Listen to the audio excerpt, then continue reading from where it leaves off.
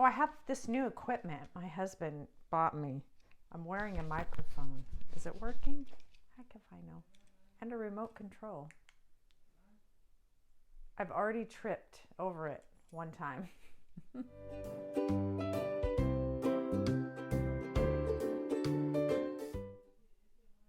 Hi Dishies, we're in the kitchen today. Are you ready to say goodbye to 2020? I am. I'm ready to ring in 2021. And not because it was a bad year. I actually had a really great year because of all of you. Anyway, let's do some retro cooking. Last year, when I was flipping through my retro cooking pamphlets with Robin, I found this recipe and I thought, I think I want to make that next New Year's Eve. And I said, I'm never going to remember that. So I actually wrote it on my calendar. It's been almost a year, I think, since I wrote it there. And when I saw it on Monday, it said frozen eggnog. And I thought, oh, I want to try to make that. It took me a minute to find which cookbook it was in.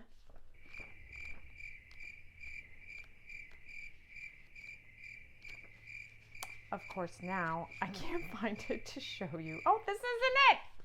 This isn't the cookbook. Here it is. Here it is. It's in this one. This is the O'Keefe Merrit cookbook. I have no idea what year it's from.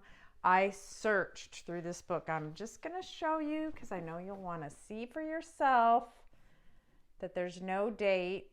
If you see the date, let me know, which you will. I admit I'm not the most patient when it comes to looking through these things. And if any of you don't know what an O'Keefe Merrit stove is, I don't know if they made other things like this water heater, but you know, those cool retro stoves that were in so many houses in the 40s and 50s. Anyhow, wish I had one. So there's not much to this recipe. A pint of whiskey, a quart of whipped cream, 2 cups of sugar, 8 egg yolks, and 1/4 teaspoon of nutmeg. And I'm going to read what it says. It says, mix 1 cup of whiskey with the beaten yolks and sugar and let stand for 3 hours. Add the balance of the whiskey, then fold in the whipped cream and freeze. So I've never made eggnog. I don't really even, like eggnog, and I don't really drink. I'm kind of a teetotaler myself, but I've been known to take a sip here and there. So I think I'm going to make a small batch with the whiskey and a small batch without the whiskey and see what happens. And I had written a note to myself probably last year when we found it, and it says add to hot cocoa or coffee. So it might taste good that way, adding the cold cream, cold eggnog to that. I don't know. I've never tried this before. I don't know how to make it, and we're just gonna see how it goes. I hope it comes out yummy. All right, let's get started. So I think I'm going to separate 4 eggs instead of 8, and let's see what happens.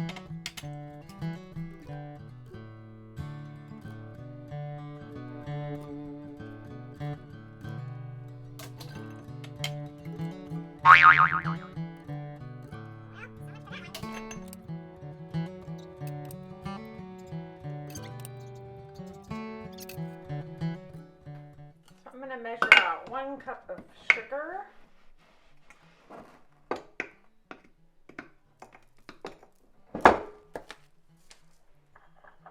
got the 4 egg yolks here, and the recipe calls for a pint of whiskey. A pint is 2 cups, right? I'm just going to use 1 cup, so I'll start with half a cup then. So that's half a cup. That's half a cup there, sorry. I don't know, I just had this inclination to put them in my blender. I'm not sure if that's the correct thing to do, but that's what I'm gonna do. wonder if I should put it all in there.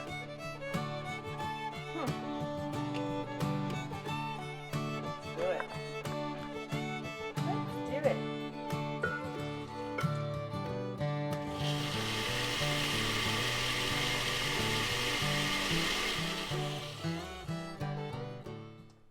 And then I think I'm gonna pour it over the sugar.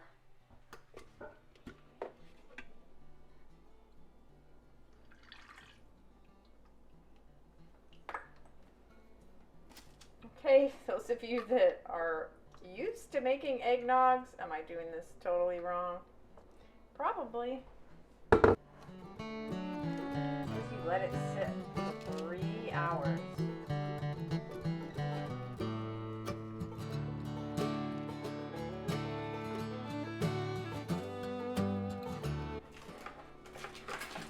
I am going to put it in my refrigerator for 3 hours.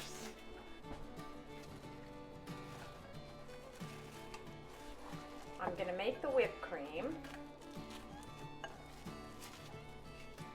and we'll see what happens.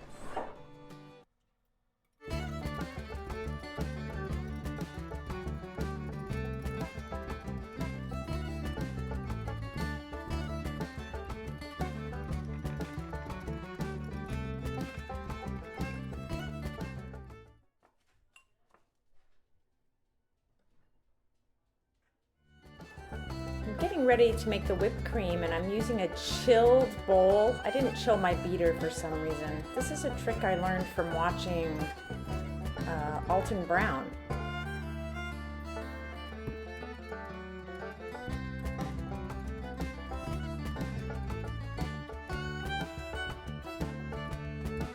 I ended up using the whole quart. I just made it in 2 batches.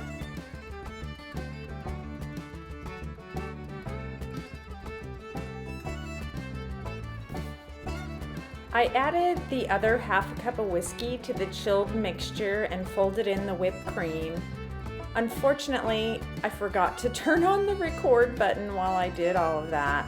It took a while to get it nice and smooth while gently folding it in, but it seemed the right thing to do to get it nice and smooth.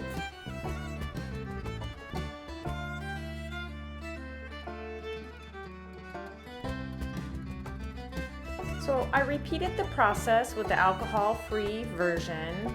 This time I added some vanilla. Since it didn't have the whiskey to give it that extra little bit of liquid, I felt it needed something, and I just grabbed my vanilla. This time I turned on the record button.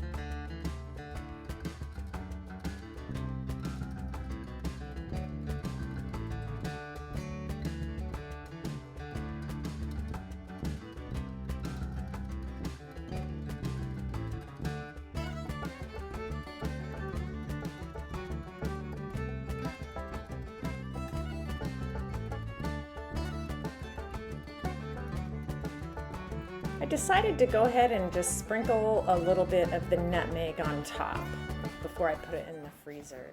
Well, Happy New Year's Eve. Let's see how it all turned out. I'll put the original recipe and the way I modified it in the description box so you can make your own. Okay, here's the one with the whiskey. I'm not going to taste that one because I have to work today. And then here is the plain one, or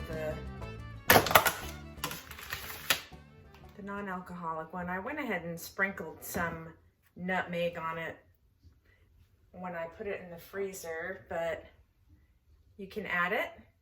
So I'm going to try some in my coffee. I just have some reheated coffee because I didn't make any coffee yet this morning. So let's taste it. And then I'll add it to my coffee. So let's see. It's very much a texture, kind of like creamy ice cream. Let's see.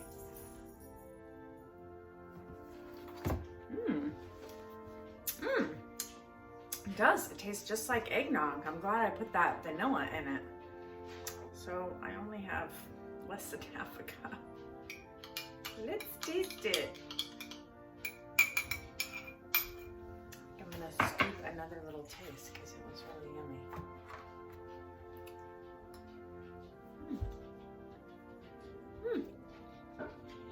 It's good. And if you like bourbon whiskey, I think you would really enjoy the alcoholic one. I did not taste it, but I can imagine what that would taste like. It'd probably be very good and festive. So everyone have a happy New Year's. Cheers. Yeah. Do we have an orange popsicle? Is there a popsicle today? Does it taste like eggnog? Saturday? Friday? Have you ever had eggnog? Yeah, it's good. It's really creamy. Does it taste like ice cream? A little. Happy New Year. Happy New Year.